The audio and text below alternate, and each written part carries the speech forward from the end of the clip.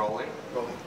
Action. So this is a mind map, where you take two of your most prominent works from 1968, and then you build out, in kind of like a circle, all these images that contributed to it afterwards. So you can see 1968. You can see the patterns going on in the Hendrix head, and the way the type is all laid out in a pattern sort of thing. So the kids in this decade just loved looking at something that was so busy, and so this layering became the sport, of many of the rip and tear graphics that go on today in the 2000s. But most of the images that I would do later were very simple, and there's no pattern in them. It's just the symbology of it, and such as that one and that one. And then I was more of a industrial designer, and I would do these really simple pieces for various clients. This is the CalArts piece in 1980 I did, which is really the beginning of that whole kind of movement of primary solids out of the postmodern world. This would be for the Rolling Stones, a very famous T-shirt that just sold out, and people came back year after year as the tours went on with the Stones. The simplicity of those early images, but then trying to make them complex and pattern-oriented. These are this is the Mozart that has a beautiful pattern on the back of it, and the very famous Cream poster recently in 2005. But I like these simple ones without patterns, but the pattern thing seems to be working right now in terms of getting the color and the aesthetic and the kinetic and the vibe together, as a single image. I wake up at 7, 8 in the morning, and I go to sleep at around 1. I'm like a 5-hour, 6-hour sleeper. I'm always working. As a dyslexic, I've always learned that you have to work 4 times harder than everyone else. Grammar school, I was called upon to get in front of the class, and so in my shyness and having difficulty with reading and everything, I would just stand there and tell a story, and everyone would applaud. And so really, I got through school, with my charm and my stories. But as I grew up and went into the world of graphic design, but I was always scolded, slapped around, and said, "This is communication, kid."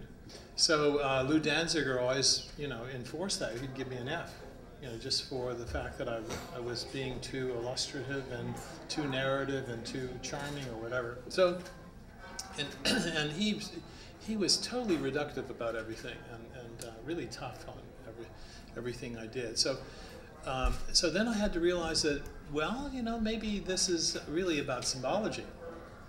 So in a sense, what you're doing is constantly getting rid of, it's a reductive process. You're getting rid of the narrative and coming down to the most simple form. In many cases, it will be like 200 hours of just contemplating and going through layers and layers and studying this outcome. There's an isolated moment where that thing becomes clear, and then it detaches itself from that narrative and becomes symbolic and becomes what it is. I was coming from the outside inside to the school, asking about things, and then prepared the day glow and prepared the line resolutions, the photographs, and that being the photographs being the narrative, and the background being the subject of mid-century design at the time, and there were a lot of important mid-century painters there. One was my art history teacher.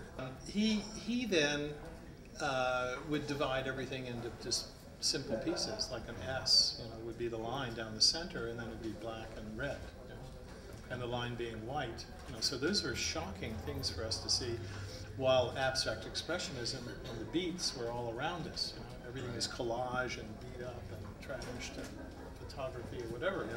So so for the endless summer, then you have this very solid geometry and the color relationship that became the background, and then it was just putting this piece of film in front of it as a comp, and then going to these surfers who didn't know what was going on, and getting it published, So then that published poster went out and serviced. It went into advertising, and there were a lot of people that loved it, and they copied it, really quickly. So that was sort of like the end of that, that kind of work. But what happened is that the agent for Bruce Brown went back to New York and sold the film to a New York distributor, and then at that point, that poster then went out the back door to a guy named Martin Geisler, who was from the advertising world. Well, then he thinks differently, right? He says, symbology. So he crops all the stuff off of it that the client wanted, all these words and narrative things, and took it out to Jersey and got it printed in Dayglow and brought it back and took it to schools around the nation, dormitories, and so it all of a sudden, like overnight, it sold 500,000 posters over like a 3 or 4 months time. I got a reaction from the surf business that I just sort of blew their minds, and they told me I'd never work in this business again. So I spoke with my parents, and my grandmother was wealthy, so she then went ahead and paid for my tuition to go to, of all places, and sort of the beat abstract expressionist school called Chenard. So I take these huge paintings that I'm have on a truck, over to the school. I take it in the lobby, and I meet this man, Mr. Rubin, and he says, "Oh, fine, beautiful paintings, incredible. What can we do for you?" And I said, "Well, I'd like to go back to school and draw and paint a little bit." And he says, "Well, you do know that this is now called CalArts, and that we have this whole technology division here that you can enroll in, so you can take advertising and design and all those things, but you can also do animation and film and performance and all those other things." So I then got a house, which is called the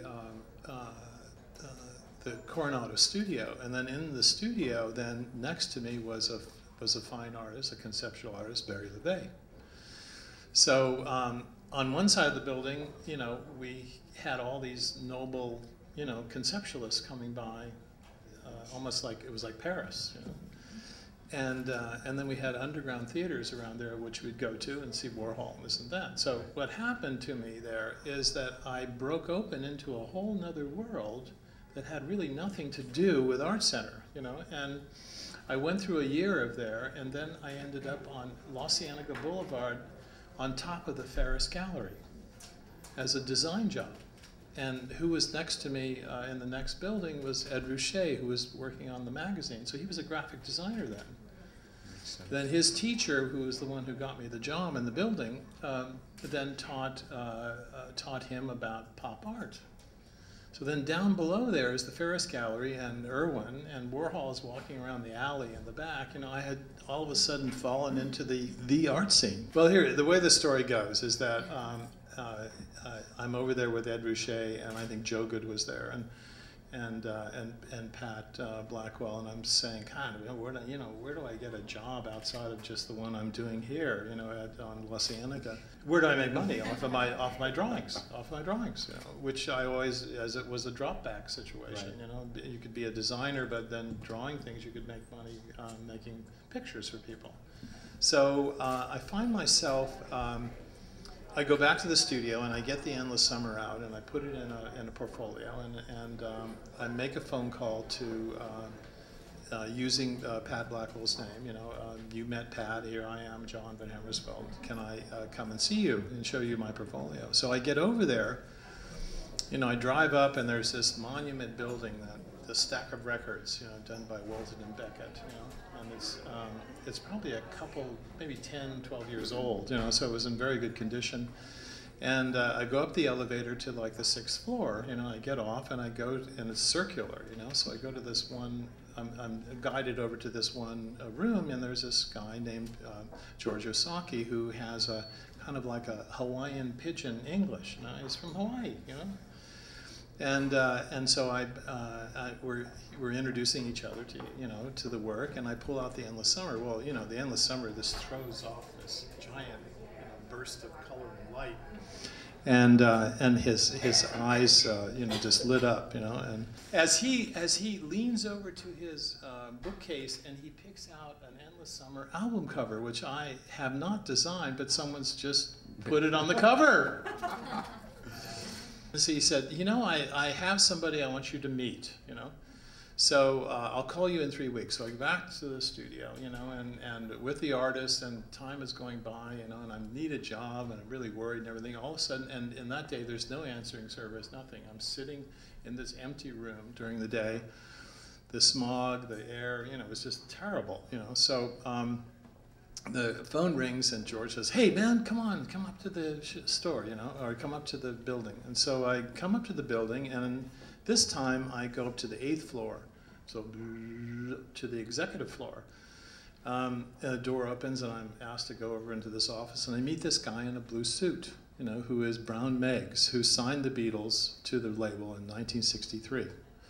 So he's responsible for the Beatles, basically. And he was from New York, so he knew the Endless Summer phenomena. He looks at me and he says, you know, I want you to work for me. And there's no way you're going to say no. I'll pay you during the day, and if we do freelance, I'll pay you for that as well. So I said, well, you know, it's an offer I can't refuse, so I'll take it, you know. So I went back to the loft, you know, and told the guys, oh, Capitol Records, so what, you know.